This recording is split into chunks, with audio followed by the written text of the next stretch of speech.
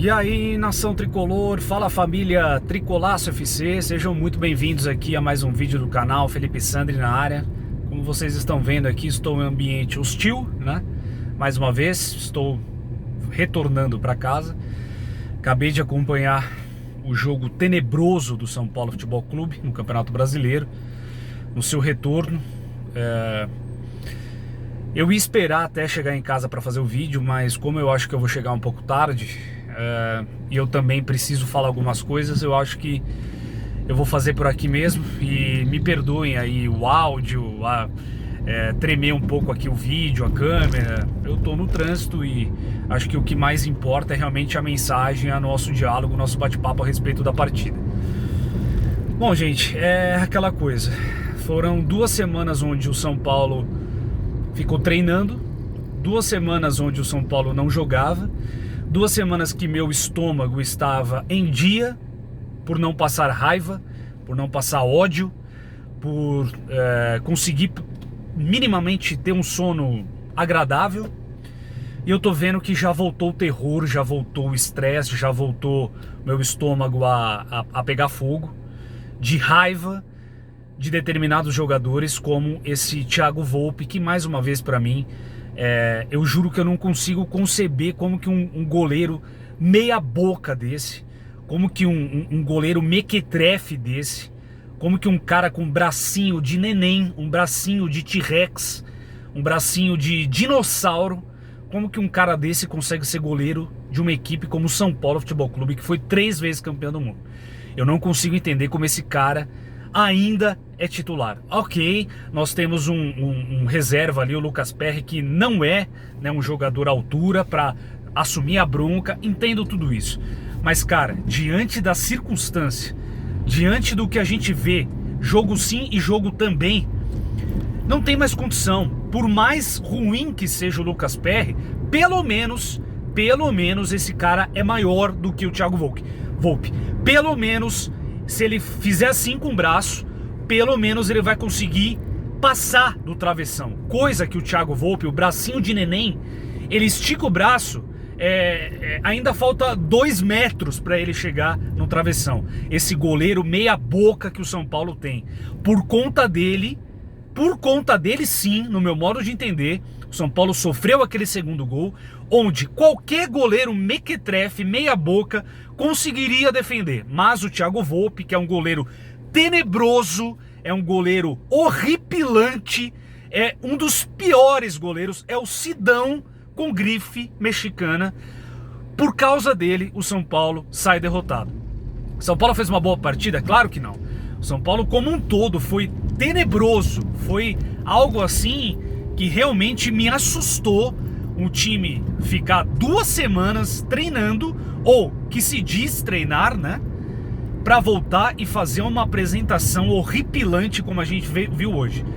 O Hernan Crespo escalou o São Paulo no mesmo esquema tático, nos mesmos 3-5-2, com o bracinho de neném no gol, Galeano improvisado pela ala direita, já que Igor Vinícius está suspenso, e também Orejuela, para variar, está machucado, está se recuperando de lesão. Pois é, que novidade, né, gente? Que novidade, um jogador do São Paulo se recuperando de lesão nesse DM, nessa fisioterapia, nesse refis completamente obsoleto, ultrapassado, né, nessa sucata que virou o DM do São Paulo.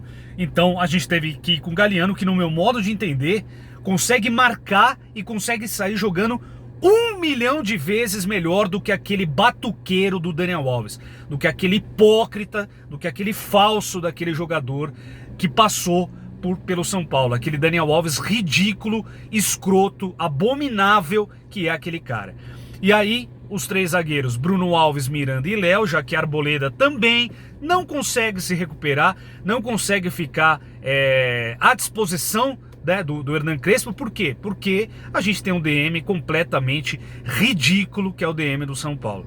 Aí no meio ele colocou o Luan, e aí, pra minha total surpresa, eu não entendi a escalação do Crespo.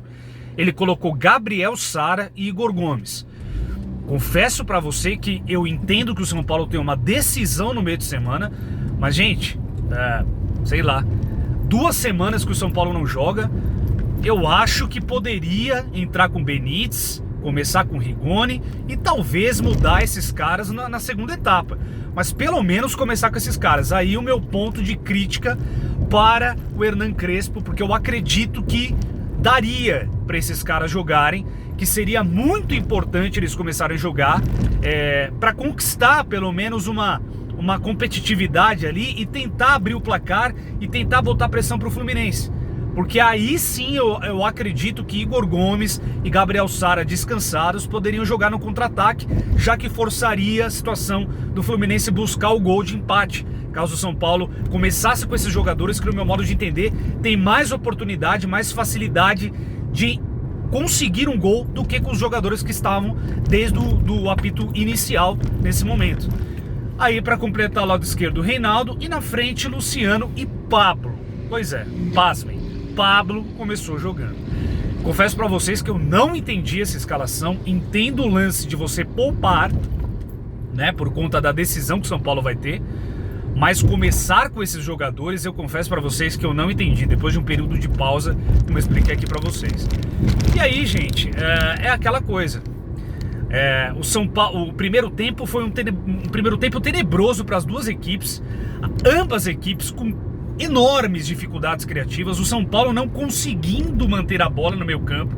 O São Paulo era praticamente uma ilha ali naquele meio campo. A bola ia para ali e se perdia.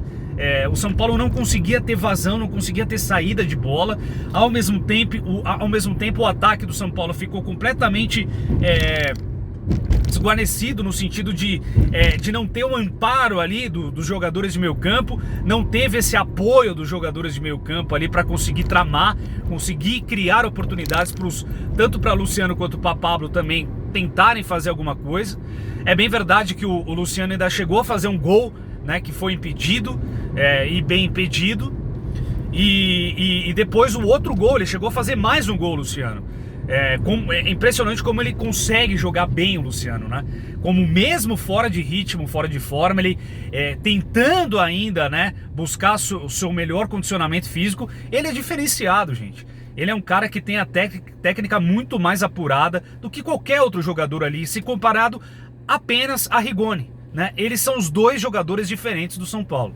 E ele consegue fazer um gol num cruzamento do Reinaldo, um lindo gol de cabeça, só que milimetricamente a bola tinha saído. E é óbvio, né, gente? Com essa arbitragem lixo que a gente tem no Brasil, com essa arbitragem bandida que a gente tem no Brasil, qualquer milímetro que seja prejudicial ao São Paulo, é óbvio que eles não vão facilitar a nossa vida. É claro que eles vão mostrar que realmente saiu e que tá tudo certo, o gol foi validado legalmente e tal. Se fosse qualquer outro clube, principalmente os clubes que a gente conhece, né, gente, que tem muito apoio do bastidor, a gente sabe que seria diferente, a gente sabe que eles iam ver uma vírgula ali, uma agulha, e iam validar falando que não, a bola não saiu totalmente. Mas como é o São Paulo, né, gente, a gente sabe como é que funciona.